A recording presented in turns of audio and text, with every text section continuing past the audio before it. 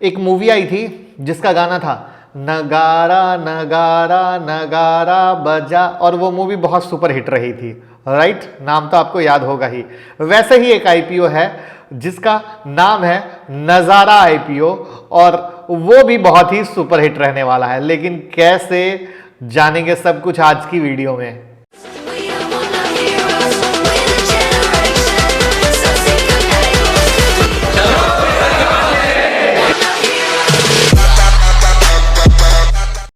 तो हम बात कर रहे हैं नजारा टेक्नोलॉजी की, जो अपने 582.91 करोड़ के आईपीओ के साथ मार्केट में आने की तैयारी में है। और इस आईपीओ का मार्केट में काफी हाइप है। अब हो क्यों ना, राकेश झुनझुनवाला ने यहां 11.51% का स्टेक जो लिया हुआ है, अराउंड 33 लाख इक्विटी शेयर नज़ारा के उनके पास है। और इन्हीं सब फैक्टर को ध्यान में रखते हुए आज हम नज़ारा टेक्नोलॉजी की डिटेल एनालिसिस करने वाले हैं। और वीडियो को हम कुछ पार्ट में डिवाइड किए हैं आपकी आसानी के लिए, जिससे पूरा फायदा ले सकें। और जब राकेश झुनझुनवाला पोर्टफोलियो में होल्ड करके बैठे हैं तो आप भी कुछ होल्ड कर पाओ। पहले जानेंगे कंपनी के प्रोफाइल को, उसके बाद इसके फाइनेंशियल को, फिर आईपीओ डिटेल को, और लास्ट में बात करेंगे इसके स्ट्रेंथ और वीकनेस को। स्ट्रेंथ और वीकनेस समझ लिए तो पोर्टफोलियो में रखना हो जाएगा आसान। तो मैं मुकुल अग्रवाल आपका आप ही के YouTube चैनल में स्वागत करता हूं। जो भी नए लोग चैनल को सब्सक्राइब कर लें, बेल आइकॉन हिट करें, और रात के 10:30 बजे का शो कभी मिस ना करें। रोज 2-3 ट्रेड कमाने को मिलेंगे। और टेलीग्राम ट्विटर ज्वाइन कीजिए, काफी लोग फायदा ले रहे हैं, आपको भी फायदा होने वाला है। तो कंपनी की शुरुआत 1999 में हुई थी, और आज के डेट में ये इंडिया के लीडिंग डाइवर्सिफाइड गेमिंग और स्पोर्ट्स मीडिया प्लेटफॉर्म है। और सिर्फ इंडिया ही नहीं, कंपनी का प्रेजेंस यहाँ ग्लोबल लेवल पर है। यहाँ नज़ारा हमें अफ्रीका, साउथ अमेरिका में भी देखने को मिलता है। कंपनी के अगर प्रोडक्ट पोर्टफोलियो की बात करें तो नज़ारा यहाँ interactive gaming, e sports, real money gaming और gaming early learning ecosystem provide करते हैं।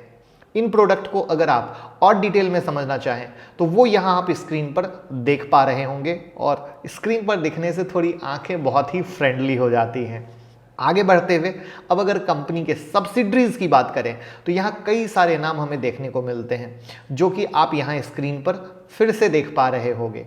साथ ही अगर कंपनी के इन्वेस्टर की बात करें तो यहाँ मास्टरमाइंड स्पोर्ट्स की 26% की होल्डिंग है, मूंग लैब टेक्नोलॉजी की 24.41% की होल्डिंग है, और हैस्क्यूब की 12.38% की होल्डिंग हमें देखने को मिलती है। वहीं अगर कंपनी के रेवेन्यू पैटर्न को देखें तो नज़ारा टेक्नोलॉजी का maximum revenue gamified early learning और ई स्पोर्ट्स बिजनेस सेगमेंट के सब्सक्रिप्शन फी से आता है, जो अपने कस्टमर्स से चार्ज करते हैं। और 30 सितंबर 2020 तक अगर हम इनके सब्सक्रिप्शन से आए हुए रेवेन्यू को देखें तो ये 71.03% का हमें देखने को मिलता है, और ये काफ़ी अच्छा फिगर है। अब अगर हम कंपनी के फाइनेंशियल की बात करें तो साल दर साल इनका रेवेन्यू यहाँ इंक्रीज हुआ है, बट जो गौर करने लायक है वो है इनका प्रॉफिट। फाइनेंशियल 2020 में गिरावट, 21 के शुरुआती 6 महीने में भी 207 करोड़ के टर्नओवर पे 10.01 करोड़ का लॉस।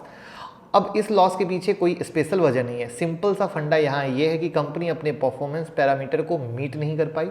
बट इतना लॉस होने के बाद भी एक ट्विस्ट है, कंपनी का EBITDA एक अलग ही लेवल पर पॉजिटिव शो हो रहा है। और सितंबर 2020 तक कंपनी के कैश फ्लो फ्रॉम ऑपरेशन से इनका कैश बैंक बैलेंस 1842 मिलियन का शो हो रहा है। साथ ही आपको यहाँ ये बता दूं कि कंपनी एक्सटर्नल इन्वेस्टमेंट से ज़्यादा सेल्फ सस्टेनेबिलिटी के थ्रू अपने बिजनेस को ग्रो करने और बिजनेस को प्रॉफिटेबल बनाने पे फोकस में है।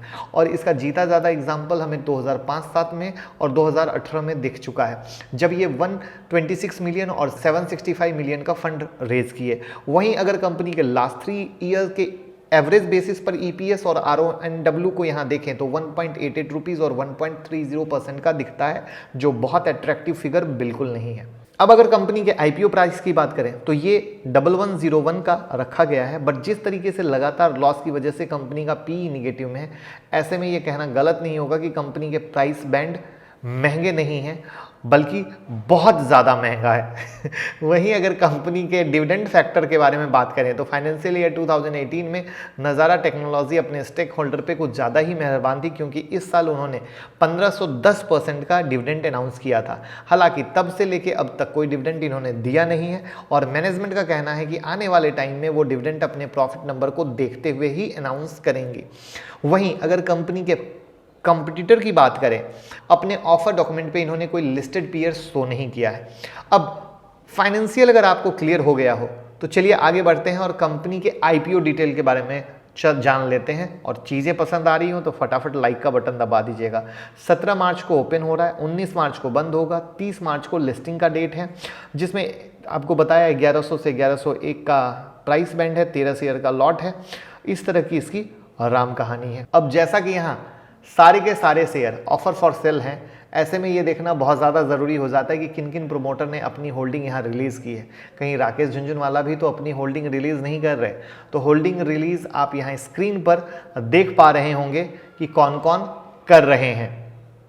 तो आपने देखे काफ़ी सारे नाम हैं, लेकिन ये डेटा देखने के बाद एक बात तो साफ हो गई कि राकेश झुनझुनवाला अभी इसमें अपनी होल्डिंग पकड़ के बैठे हैं। तो अब जैसा कि हमने आपको बताया कि यहाँ फ्रेश इशू शेयर एक भी नहीं है, ऐसे में ये बात साफ है कि आईपीओ से आया पैसा कंपनी को नहीं जा रहा, यहाँ स्टॉक एक्सचेंज से फुल लिस्टिंग गेन उठाने की प्लानिंग में है इन प्रोमोटर्स की।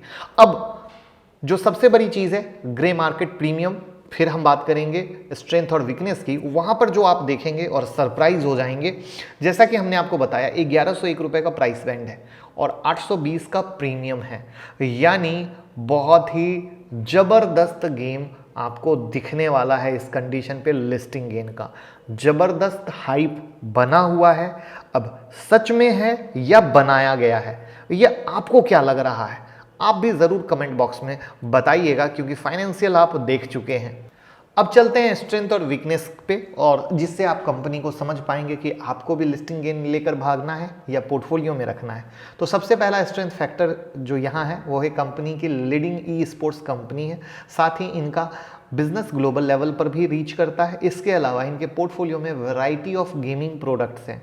साथ ही गेमिंग वाली जो कंपनियां होती हैं उनका बिजनेस मॉडल एसेट लाइट होता है, यानी कि अपने एसेट को इंक्रीज करने की ज़रूरत नहीं होती।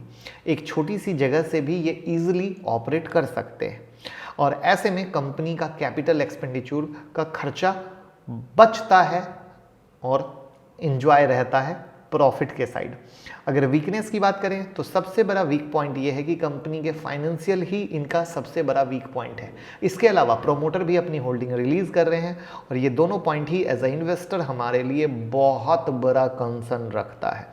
इसके अलावा कंपनी के जो आईपीज हेला प्ले और स्पोर्ट्स यूनिटी के ऊपर कुछ अनसिक्योर्ड लोन है, जिसे कभी भी रिकॉल किया जा सकता है, और अगर ऐसा हो तो इनके बिजनेस पे निगेटिव इम्पैक्ट पड़ सकता है। साथ ही कंपनी के ऊपर नन कंप्लायंस के कुछ मामले हैं, साथ ही इनके कॉर्पोरेट एक्शन के लिए इनके ऊपर कुछ रेगुलेटरी फाइलिंग भी है, जिसके तहत इन पर अच्छा खासा जुर्माना लगाया जा सकता है। इसके अलावा कुछ लीगल प्रोसीडिंग भी इनके अगेंस्ट चल रही है, और अगेन मैं अपनी बात यहाँ रिपीट करूँगा जो मैं हमेशा से कहता आया हूँ, लीगल मामले ऐसे होते हैं जो बड़ी बड़ी कंपनियों को निगल जाते हैं, और ऐसे में एज अ इन्वेस्टर हमें कभी भी इन मामलों को नज़रअंदाज बिल्कुल नहीं करना चाहिए। तो दोस्तों, ये थी हमारी एनालिसिस नज़ारा को लेकर, जहां हमने कंपनी के सारे पैरामीटर को, जो आपने शायद बहुत सारे आर्टिकल में सुना भी नहीं होगा, उसको कवर करने की कोशिश की है। तो आपका क्या व्यू है? क्या आप राकेश झुनझुनवाला के इस बैक्ड आईपीओ में इन्वेस्ट करेंगे? अगर आपका जवाब हाँ या ना है तो कमेंट बॉक्स में बताएं। अब मेरी बात ये है कि जो इसकी राम कहानी है और जैसा इसका जीएमपी है, उसमें आज के डेट में ये कहते हुए कोई शक नहीं है कि लिस्टिंग गेन भी मिलेगा और जाना भी चाहिए। लेकिन जो मेरे पुराने फॉलोअर हैं उनको पता है कि जब भी आईपीओ ओपन होता है उसके नेक्स्ट डे मैं अपना वर्डिक्ट बनाता हूं। जैसे ये 17 को ओपन हो रहा है, यानी 18 तारीख को मैं वर्डिक्ट बनाता हूं, मैं अप्लाई करूंगा या नहीं। बाकी आज की कहानी तक फाइनेंशियल के हिसाब से गोलमाल, चीज़ों के हिसाब से, जीएमपी के हिसाब से सब सही, जहां पे आप लिस्टिंग गेन लेके निकल सकते हो। तो मैंने अपने साइड से पूरा पिक्चर क्लियर कर दिया, और मैं अप्लाई करूंगा या नहीं करूंगा वो मैं आपको 18 तारीख को बताऊंगा, जैसे मैं हर आईपीओ में आपको बताता आया हूं। और आज भी MTAR के बारे में जो सुबह में मैंने बनाई थी वीडियो, और मैंने कहा था जितने में लिस्टिंग होगी उतने में ही लिस्टिंग हुई, प्रूफ के लिए ये भी देख लीजिएगा। तो ये कोशिश है भाई वाली, जहाँ पे हम प्यार देते हैं। आप भी लाइक कमेंट शेयर करके प्यार देते रहिए। Thank you.